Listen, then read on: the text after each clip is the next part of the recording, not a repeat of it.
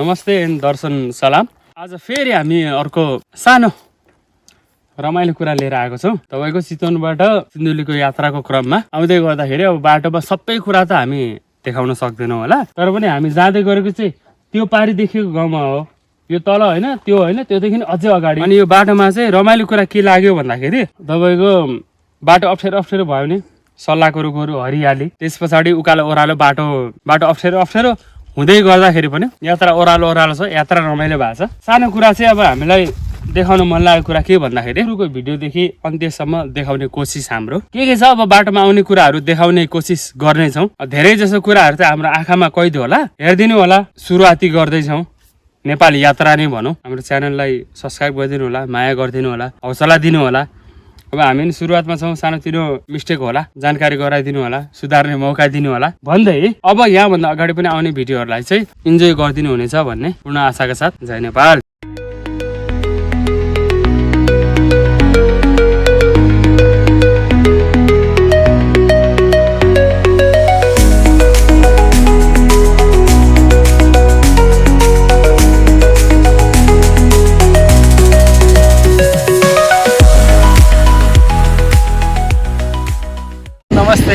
नमस्कार।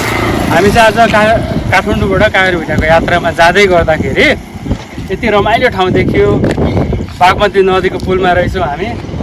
तलतिर पनि देखाउनेछौँ, चिसो पानी छ, पारिपट्टि मकै बारी सर फलिरहेको। त्यही माथि हाम्रो सानो सानो बुनुहरू बाटोमा भेट्यो। दुई चार कुरा सोध्न मन लाग्यो यो ठाउँको बारेमा। अनि अहिलेलाई चाहिँ हाम्रो बहिनीहरूबाट यहाँको के छ कसो छ हामी डिटेल्स लिन्छौँ है त। नमस्ते। तपाईँहरू यहीँको बासिन्दा? नाम भन्नु तपाईँको? हजुरको? अनि ठ्याक्कै चाहिँ भन्नुपर्दाखेरि अब हामी पनि नौलो मान्छे यो ठाउँमा होइन, यो ठाउँको बारे थोरै भनिदिनु न।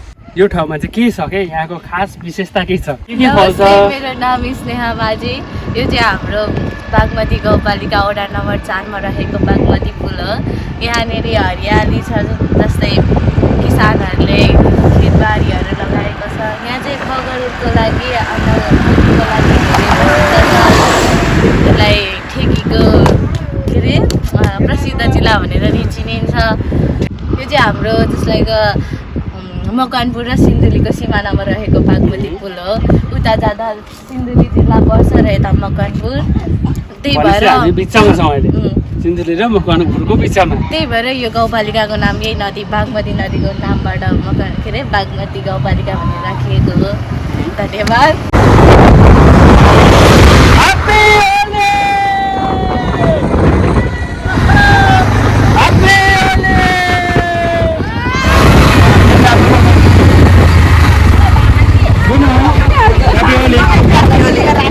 यहाँबाट सिन्धुली कति टाढा छ?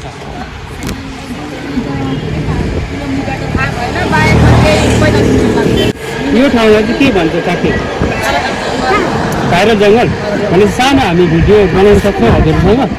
तपाईँको नाम भन्नु त? मेरो नाम चाहिँ हजुरको?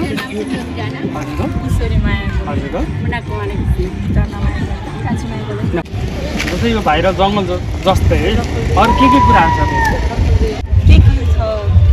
यो गाउँभन्दा अलि माथि एउटा मन्दिर छ, यही नजिकै बुद्धको मूर्ति बनाएको छ। अरू त खासै छैन, उता माथि चाहिँ छ यही पर। अब खासै छैन यो ठाउँ। अब हामी आफै गएर त माग्ने त्यही हो। अब पछि गएर पढाइतिर राम्रो, पढाइमा राम्रो हो माग्ने।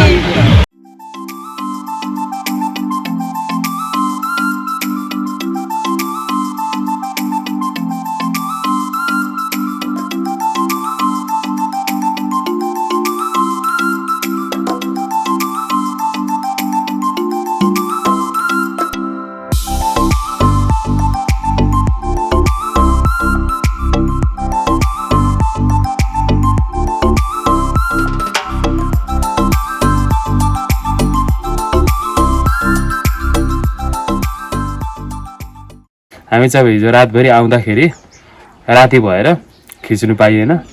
टाढाबाट आउँदाखेरि ज्यान पनि थाकेको थियो, त्यसले गर्दाखेरि चाहिँ खिच्न पाइएन। अब अहिले बिहानको यसो यो गहते गाउँ, खासमा भन्नुपर्दाखेरि तिलपुङ नजिकै नै पर्छ यो। आजभोलि अब चुनावको माहौलमा तर पनि गाउँमा रमाइलो छ, सुनसान छ। अब धेरै टाढा त जान सकिन्न, थाकेको ज्यान छ।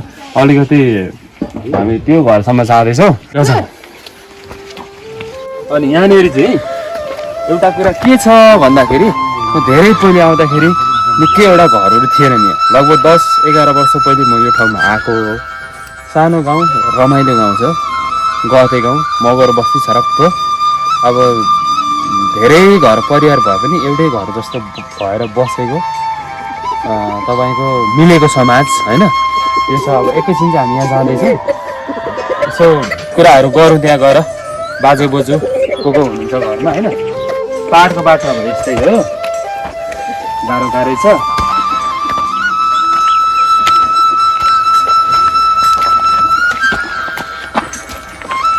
अब यस्तो देख्दाखेरि चाहिँ पुरानो दिनहरू याद आउँछ कि होइन। अब हामी पनि यस्तै यही स्याउलाको बार बनाएर गाई बाख्रा बस्तु पालेर पाहाडतिर चलन हेर्ने, भैँसी पाल्ने, सुँगुर पाल्ने होइन। यहाँको मेन आय आर्जन भनेकै पशुपालन जस्तो देखियो हामीले हेर्दा चाहिँ होइन त। यो माथि पनि तिलपुङ डाँडै भन्छ। त्यो टारदेखि उता चाहिँ काउले भन्छ। के पो फल्छ होला त्यतातिर चाहिँ, कि यता जस्तै कोदो तोरी हो कि कोदो मकै तर निकै माथि नै पो छ त होइन। तर माथि डाँडा चाहिँ पुगेको छैन, बरु यता म तलैसँग पुगेको छु। यहाँबाट यता तल पनि के भन्छ, तल खोलासम्मै पुग्यो हो। उता पनि मल्ले खोला भन्छ। हजुर हजुर, मल्ले खोला भन्छ। त्योभन्दा पनि त्यहाँको पनि आउँछ उता हामीतिर आउँछ क्या 2-3 घर।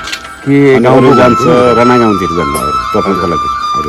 के गाउँ पनि भन्छ नि उता, त्यो गाउँ हुँदै पहिले त्यो बाटो पनि मैले निको यसरी मल्ले खोला, त्यहाँदेखि राणा गाउँ, त्यहाँदेखि भनिया गाउँ, त्यहाँदेखि तसङ खोला। हजुर वार्ड त्यताकै हो, हाम्रो वार्ड यता पऱ्यो नि होइन। हजुर हजुर, हाम्रो वार्ड यता पऱ्यो। मान्छे त उताको मान्छे पनि आउँछ अलिअलि यता 2-3 घर यता बस्छ क्या, त्यतै हामीतिर आउँछ क्या। भनेपछि यताउति गाह्रो साह्रो जान्छ राणा गाउँ, गाह्रो साह्रो यताउति केही पऱ्यो भने त्यो 2-3 घर चाहिँ यतै आउने, पैँचो पैँचो हारो परमा यतै चल्छ भनौँ न होइन। दाजुभाइ पनि यतै हो, तर दाजुभाइ चाहिँ उता जान्छ। बुढाले पुर्सने घर छ। हजुर, हाम्रो वार्डतिर आउँछ त्यो। दर्शन नमस्ते अनि नमस्कार। यति बेलाको बसाइमा चाहिँ हामी ठ्याक्कै यो खुरकोटको बाटो, खुरकोट अलिक तल छ, अलिक हामी सिन्धुलीगढीतर्फ लाग्दैछौँ होइन।